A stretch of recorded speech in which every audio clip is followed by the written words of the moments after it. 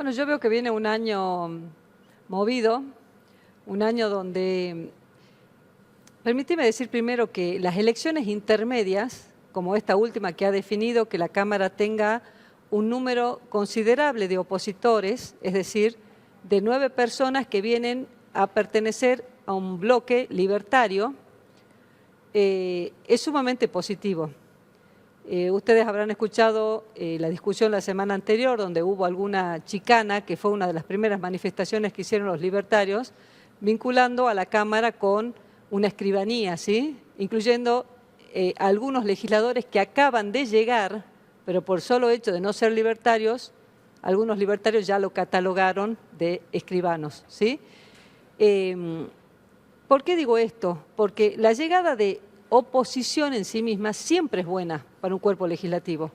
Un cuerpo legislativo que está imbuido de personas que llevan mucho tiempo, por eso también es importante la periodicidad en los mandatos, empiezan como a amoldarse a un tipo de discusión o de trato de los temas. De rutina, digamos. Una rutina, si querés le digamos, pero empieza como quizás a chancharse un poco en un término más criollo, digamos.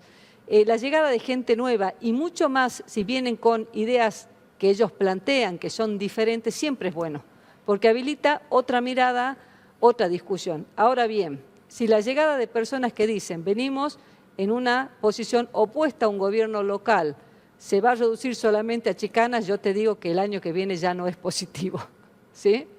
Pero yendo a lo netamente... ¿Qué haría falta entonces? Más política, lugar, dirían contenido. ustedes. Pero ¿Cómo? Contenido. Contenido. Yo creo que hemos esperado con ansias la llegada de gente nueva a la Cámara, repito, en este caso con un plus de aquellos que dicen que vienen puramente de opositores, pero es necesario que su llegada sea, y de paso que escuchen y lo atiendan, no a chicañar o a dedicarse a salir en redes sociales y en TikTok buscando pegar desde argumentos vacíos, sino que lleguen a la Cámara a compartir con los diputados, cualquiera sea nuestro color político, propuestas y proyectos que vengan a darle a la Cámara de Diputados nivel, altura, presencia. ¿Sí? Entonces, bueno, el nivel se lo tienen que dar todos. Por supuesto. No un bloque. No, por supuesto. Pero te digo que cuando vos me decís cómo se... No hay un por qué haberlo perdido, ¿no? No, pero cuando vos me decís cómo ves el año que viene, yo te digo que lo miraba cuando vino la renovación de la Cámara, que asumieran ahora los nuevos, porque se renovó un 30 legisladores. Hay 30 legisladores nuevos, de los cuales 9 dicen a toda voz que son opositores, pero hay 30 nuevos. Y esos 9 que llegaron, ¿sí?, frente a otros 21 más también nuevos que se suman a los 30 que ya estábamos, yo esperaba que le dieran a la Cámara un movimiento de discusión, como bien decía él, con contenido. Y lejos de eso, en la primera sesión que tuvimos la semana pasada con la nueva integración, no he visto eso. No obstante, veo como positivo que por lo constitucional y la forma en que esto se da, la llegada de 30 diferentes le dé a la Cámara ese dinamismo que necesita. ¿Sí? Perdón, pero esto es muy interesante. ¿No es un poco un signo de la política actual, más la chicana que el contenido? Es que es así. Yo en cierta forma estoy como, y lo dije recién mirando a la Cámara, es como una manera de pedir que recapaciten, ¿no? Porque, mira, yo te pongo un ejemplo. La semana pasada estuvimos debatiendo largamente proyectos vinculados a un acuerdo que tiene la provincia de Salta con la provincia de Catamarca para una zona de conflicto, que es la parte de la Puna, donde están la zona minera, histórica, que hoy se llama zona Salar del Hombre Muerto. Salar del Hombre Muerto. Y nunca se decidió o se definió nada. Nunca se definieron los límites por el Congreso Nacional. Entonces los gobernadores, en esta oportunidad, desde el año 2019, de la llegada de Sáenz y el gobernador de Catamarca, firmaron un acuerdo donde esa zona de conflicto, donde no está el límite determinado por el Congreso Nacional, se va a llamar zona de cooperación. Y pueden venir las inversiones, como lo requiere también el presidente Milei para buscar dólares, se requiere la llegada de inversores extranjeros, pueden venir a esa zona, trabajar, porque hay un acuerdo de cooperación entre las dos provincias donde todo lo que toda actividad minera en la zona va a brindarle a las provincias 50 y 50 en cuanto a regalías, 50 y 50 en cuanto a impuestos, es decir, que vamos a permitir la producción, si no las empresas no pueden venir a trabajar en la zona de conflicto. Bueno, ese tema, perdón, se discutió largamente en la sesión y te juro que no he escuchado más que de la oposición el comentario que no iban a acompañar, más allá de que estén de acuerdo con la minería, porque faltaba una foliatura en una hoja. Yo de verdad les digo, a mí me sorprendió negativamente que la llegada de gente que viene con la teoría de vengo a cambiar lo hoy existente, se queden en argumentos que en sí no hacen a la problemática o a la situación de la provincia de Salta, cuál es que en una zona de cooperación se logró un convenio de 2 provincias. Vos me preguntás, hice la pregunta inicial, ¿cómo veo el año que viene? Yo el año que viene lo veo con expectativas, porque estoy en este momento, como me ves, llamando a la reflexión. Cooperemos también nosotros, colaboremos, discutamos. Tiene que haber una autocrítica también. Por supuesto, pero te repito, si la Cámara no se hubiese modificado, seguiríamos los mismos de siempre. La llegada de nuevo te abre esa posibilidad, porque hay gente nueva, de estos 30 que llegaron, profesionales distintos, con experiencias distintas, de distintas localidades, con problemáticas latentes de sus zonas, que las van llevando a la Cámara de Diputados y bueno, te permite un mayor dinamismo. Eso netamente institución Cámara de Diputados. No, está interesante lo que planteás, de que la verdad sobre ese tema se podría haber hecho un hermoso debate, una hermosa discusión, ¿no? Es que hubo contenido. Algún filósofo diría una cosa muy sui generis, sería como conformar una no provincia, porque si no es una provincia ni es la otra, no es ninguna provincia.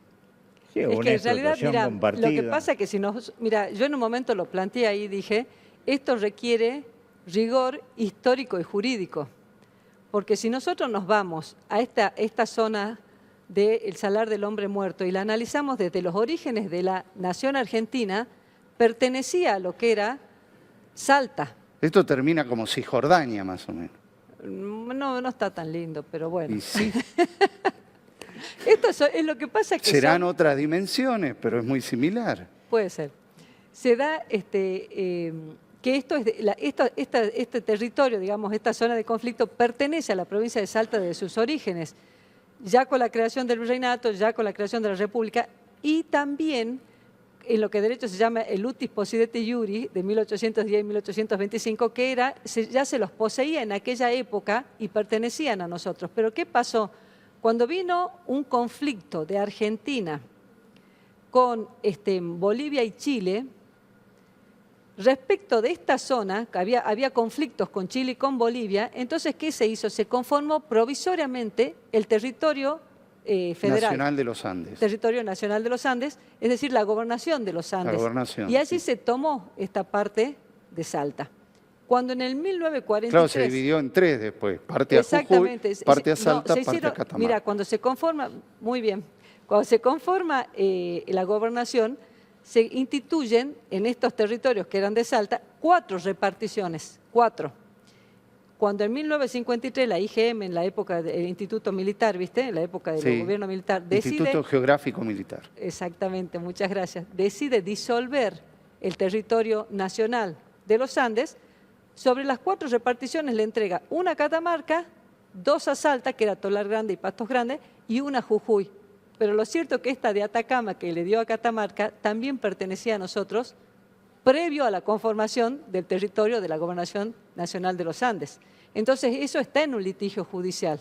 De hecho, cuando llegan causas a la Corte Suprema de Justicia, la Corte Suprema de Justicia de la Nación plantea que hasta tanto el Congreso, que es el único habilitado por la Constitución en su artículo 75, inciso 12, hasta tanto el Congreso defina la cuestión limítrofe, el juez que primero intervenga en la causa será el juez que va a dirimir el conflicto minero. Bueno, eso es algo que los legisladores salteños deberían apurar. Impulsar en también Congreso, los catamarqueños, ¿no? Porque sirve a ambas provincias. De todas maneras, esta zona de cooperación que con muy buen tino la configuraron los gobernadores al solo efecto de estos proyectos que se aprobaron, ¿no?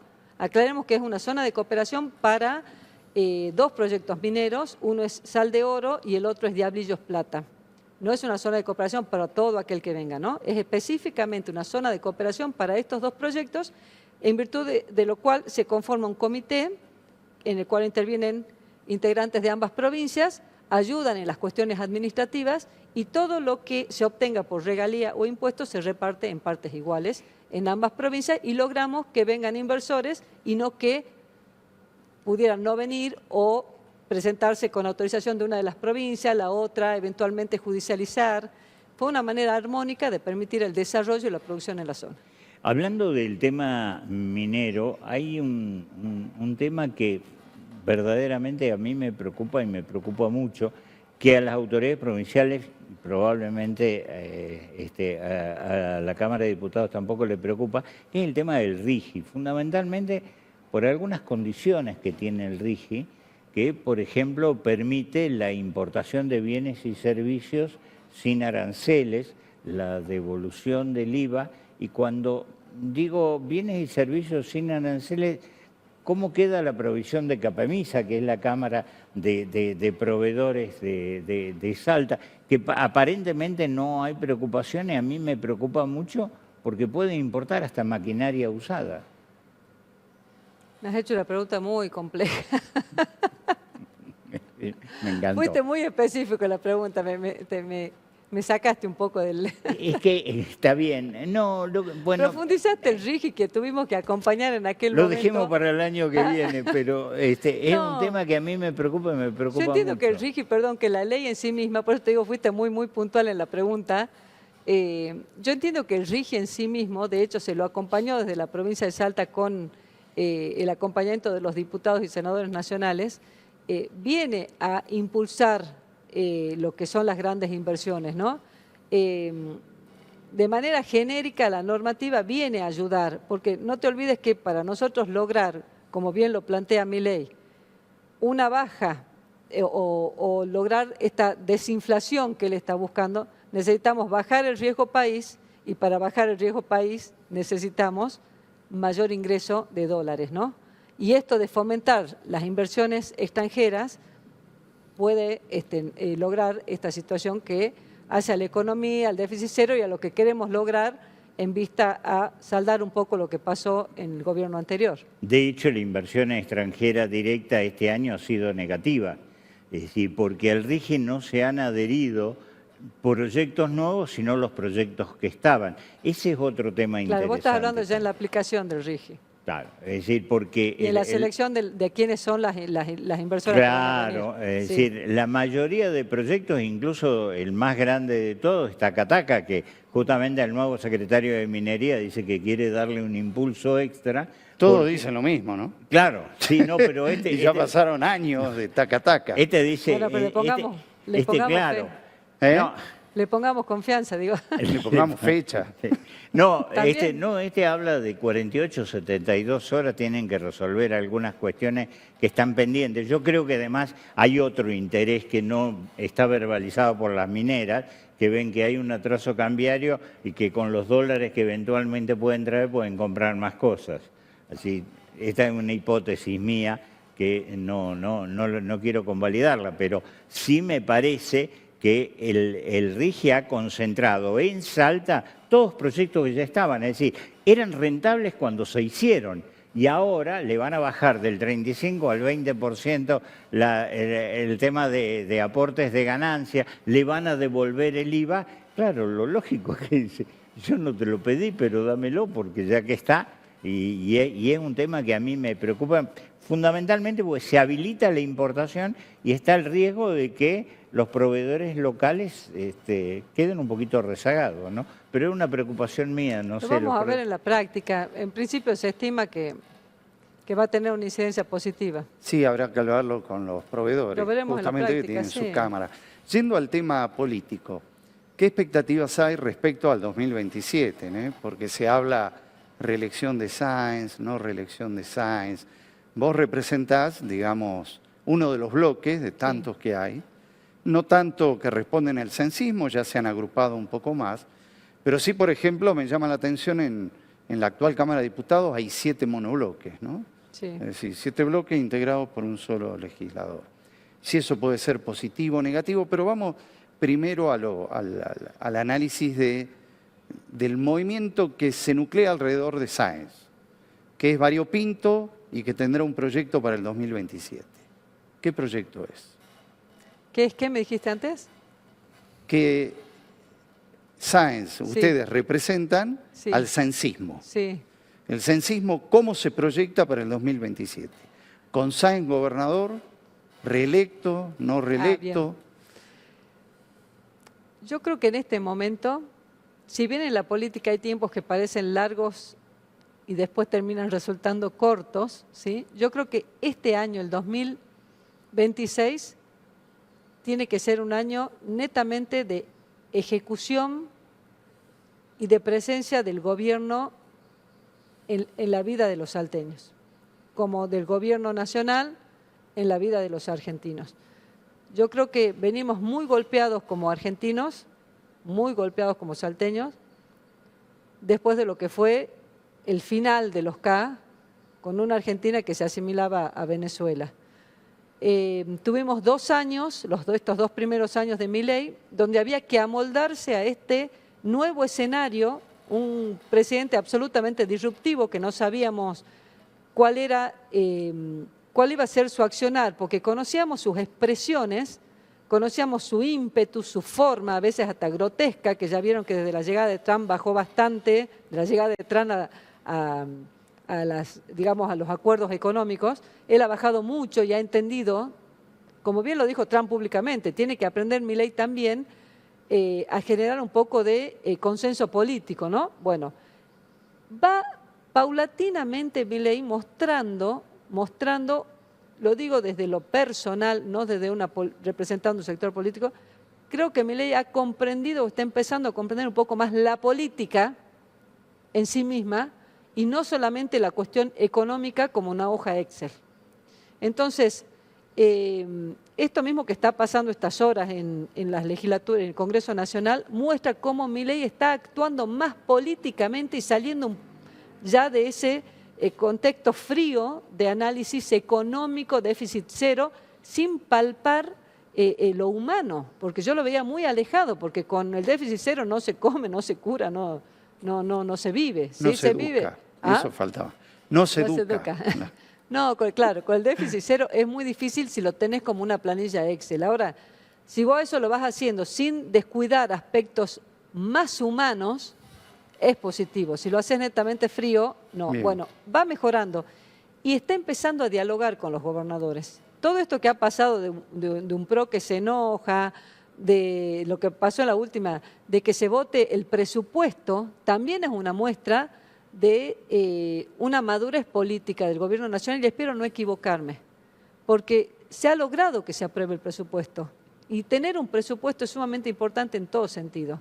Entonces yo creo que viene un 26 donde hay un Milei que está madurando en lo político y también hay un Milei que está empezando a dialogar con gobernadores, que en definitiva muchos de los gobernadores ya venían de antes y tienen, nos guste o no, mayor experiencia que quien recién llega a ejercer un cargo ejecutivo por primera vez. Y ahí lo incluís a Sáenz. Ahí lo incluyó al gobernador, sí. Ahora, perdón, pero hay algo importante que el mismo Sáenz dice, firmaron un acuerdo en julio, que era el acuerdo de mayo, y no cumplieron nada. ¿No está el riesgo de que le vuelvan a hacer lo mismo? Sí, está el riesgo. Sí, está el riesgo. Por eso digo, observo que hay una madurez política.